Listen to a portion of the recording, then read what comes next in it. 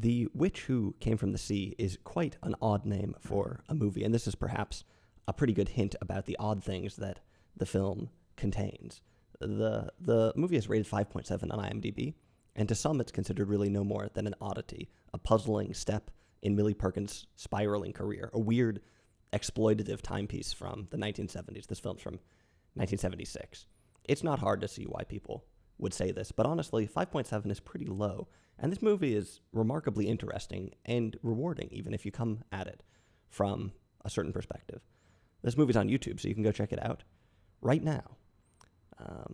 This film is about a woman named Molly, played by Millie Perkins, who is having a bit of trouble keeping track of what is real and what isn't, and a bit of trouble establishing her identity, with one foot in the counterculture and one foot in the mainstream. She's a waitress and a babysitter for her nephews, quite normal in some ways, but there's also something else going on. For one, there's some sort of drug use, there's some sort of superficial countercultural ideas, interesting fashion choices, and such, but something deeper too, perhaps. At the beginning of the movie, she's walking on the beach with her nephews, and she sees some bodybuilders working out, pumping iron.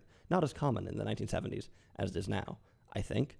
Her eyes are drawn to the men, seemingly very allured at first, but before long she's imagining them becoming injured, becoming hurt. She's imagining the rings that they're holding onto, the chain that holds them up, going around their neck, strangling them, seeing these men bleeding and such. And it seems fairly clear that this is just something that she's imagining, something she's considering.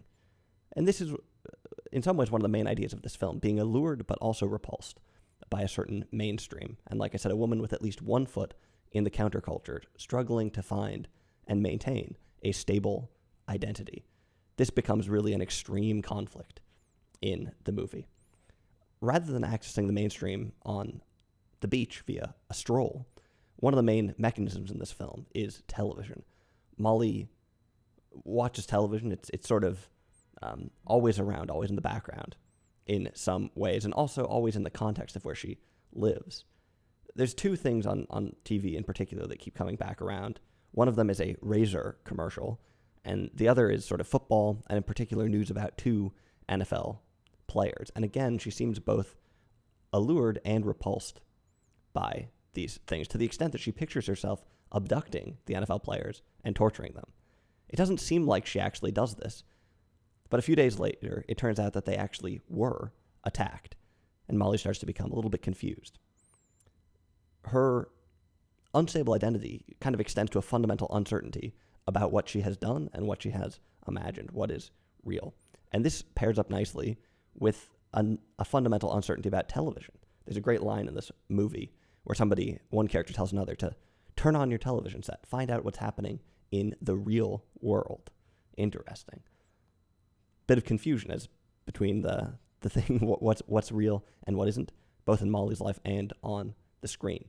This movie is set kind of in Malibu-ish, not sure exactly where, a liminal space in some ways on the border of reality and Hollywood. No wonder identities here are unstable in some ways. This movie, by the way, reminds me a little bit of the earlier film, Clint Eastwood movie, Play Misty for Me, which is a much more subtle movie, but is also kind of a thriller with some sort of countercultural aspect and a kind of unstable identity set in a somewhat similar location there. Instead of television, you have the radio maybe representing some kind of mainstream. Also, I think the Monterey Jazz Festival is in that movie. Interesting movie. Anyway, this is in some ways a much more extreme version of that film. Malibu, the beach, is also on the border between the land and the sea. Well, let me say first that in addition to seeing some of these people on television, Hollywood characters, the people, the actors, kind of drift in and out of Molly's world. Like I said, liminal space on the border of reality and Hollywood. Some of these people stop by.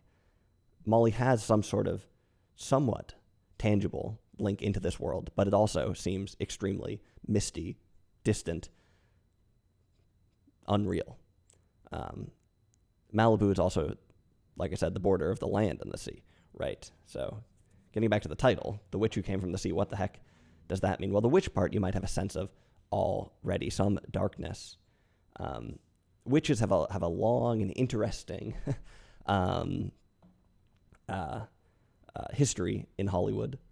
On the surface, a witch is just clearly an antagonist, right? But the relatable witch, the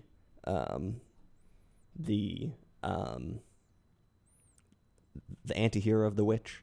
I think one of the key things is that there are a number of films that use witches to sort of represent some kind of underground or subversive culture, and that isn't exactly, that's somewhat at odds with the sort of one-dimensional witch as bad guy character.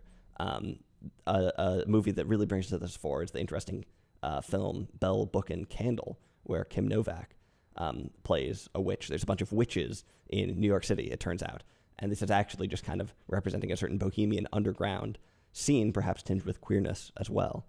And so the idea of the witch, very complicated. And here we're sort of doubling back onto similar things. A witch, potentially, Molly is a criminal, harming people, but also potentially she's just some sort of subversive alter identity, pushing back against things, witches in that sense. And of course, today,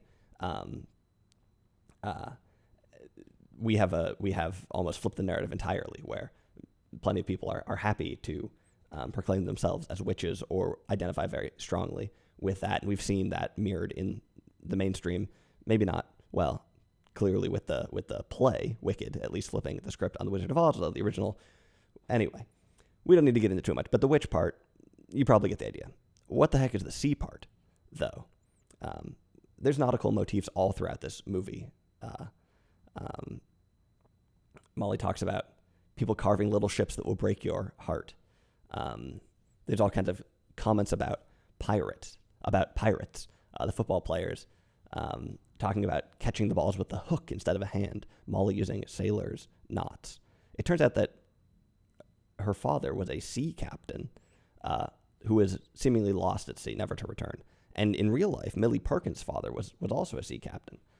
This film was actually written by Millie Perkins' once husband, Robert Tom. They were divorced at the time. And I think that Robert Tom would die shortly after the film as well. But apparently this film actually takes many elements from their real life, taking Millie Perkins' real life and twisting it, she says. This doesn't include, apparently, some of the later story components. It doesn't include some of the plot points surrounding her father, who was angelic, according to Perkins. But what do we make of the sea? There's some generational aspect, right? The captain, perhaps, generational thing. There's also a reference to Venus, Roman goddess of love, who was born from the sea. Specifically, she sprung from the foam produced by her father's severed genitals. Mythology is strange. We could think about this as generational conflict again, I guess. I don't think there's an obvious way to read the film. The sea is a deliberately somewhat resistant metaphor, deliberately difficult to unravel. This will stay in your mind, roll around, have you thinking about it for a while. But we could see how the instability of Molly's identity is somehow wrapped up in a generational conflict, a fraught lineage. And this is also a pretty good parable for the time, 1976, where we were in a huge generational shift. It's interesting when we think about this film as a document of counterculture, though, because you might wonder what side it's even on. This is a horror movie, essentially, a thriller at the very least. And one thing that's taught to a lot of people in sort of film studies 101 is that the anxieties of an era always lurk in the background of horror movies from the era. This is actually often quite true and can be a great way, at least a good starting point for thinking about a lot of different movies.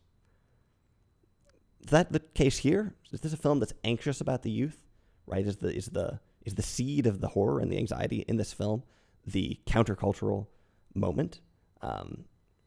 Is it a film that's depicting some sort of hollowness? Molly is lost in this film. She has an unstable identity. Is this decrying a countercultural movement as hollow, right? Is it showing that these people who are hypothetically extremely idealistic, in fact, don't know what they are doing, in fact, are kind of loose cannons flying off the handle, acting on very base urges, drugs, alcohol, rather than ideas, traditions, the sound base of prior generations?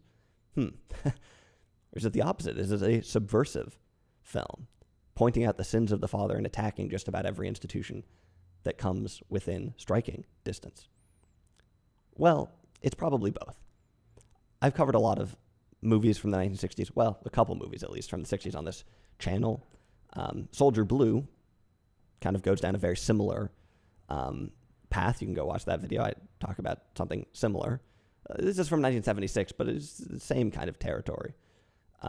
These movies are complicated. They're caught between a Hollywood mainstream. They have to play the game to some extent. Even the most independent film has to play the game to some extent. But they're also trying to be innovative. They're trying to push the envelope. They're trying to be subversive. They're trying to take things from Europe, perhaps. Depends on the year, exactly. Sometimes they're deeply interested in being intellectually subversive and having real ideas, and sometimes they simply want to be edgy. This is an independent film to some extent, but it also represents a cultural elite and a certain mainstream inertia. I think what's clear to say is that at the time, Robert Thom was probably trying his best to be incisive, to challenge some institutions, to create something that was extreme, but also profoundly plausible in some ways. Millie Perkins, talking about Robert Thom, says that he was a genius, that he was a visionary, that he was ahead of his time.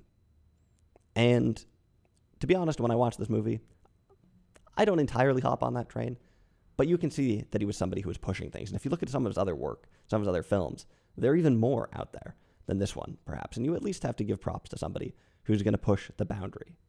There's always a fine line between subversion and exploitation, and the truth is that this movie is on both sides of that line, like a lot of movies from the 1960s or the 70s. It's interesting. It's filmed, nicely filmed. Dean Cundy was the cinematographer who'd go on to have a fairly strong career. This film was shot in anamorphic, which is somewhat rare for an independent film of the time. The acting is okay, although it has a certain theatrical naivete to it, I think. Not sure if that makes sense exactly, but it reminds me a little bit of Nicholas Ray's films, maybe. Everything in quotation marks, dripping with some kind of Americana, barely taking itself seriously in some ways. Some people might think this is bad acting. They might think that Millie Perkins is, it sounds sort of just woefully naive or something like that. But I think it's kind of intentional, dripping in Americana in some ways. Interesting role for Millie Perkins, to be sure, who started her career, not sure if it was her first movie, but who burst onto the scene playing Anne Frank, and then had issues holding down a major studio contract. She was a bit rebellious, wasn't interested in the studio system in some ways, which was still in place sort of in the beginning of her career. Eventually, she found herself in a string of independent films before getting out of acting and moving to Oregon. Remember, Robert Thom wrote this movie about her, apparently. Took her life and twisted it up. And while we probably shouldn't take that too literally, there is maybe something to it. These ideas about unstable feminine identities, traditional mainstream culture, these are probably things that Millie Perkins had a lot of personal experience with and that probably, to some extent, defined her life and her career. Having been cherry-picked for a film, very traditional film about Anne Frank, having been at odds with the studio system, having been caught between a traditional glamour actress and some sort of more substantive role in the 60s and 70s, finding her way to independent films and such independent films that are tearing down the mainstream, but also to some extent reinforce it. In fact, it's possible that the movie itself could be substituted in for Millie Perkins, for Molly, in this film. A movie that's sort of losing track of what's real and not, that's sort of unable to have a firm identity, that is lashing out, but isn't sure if it's lashing out.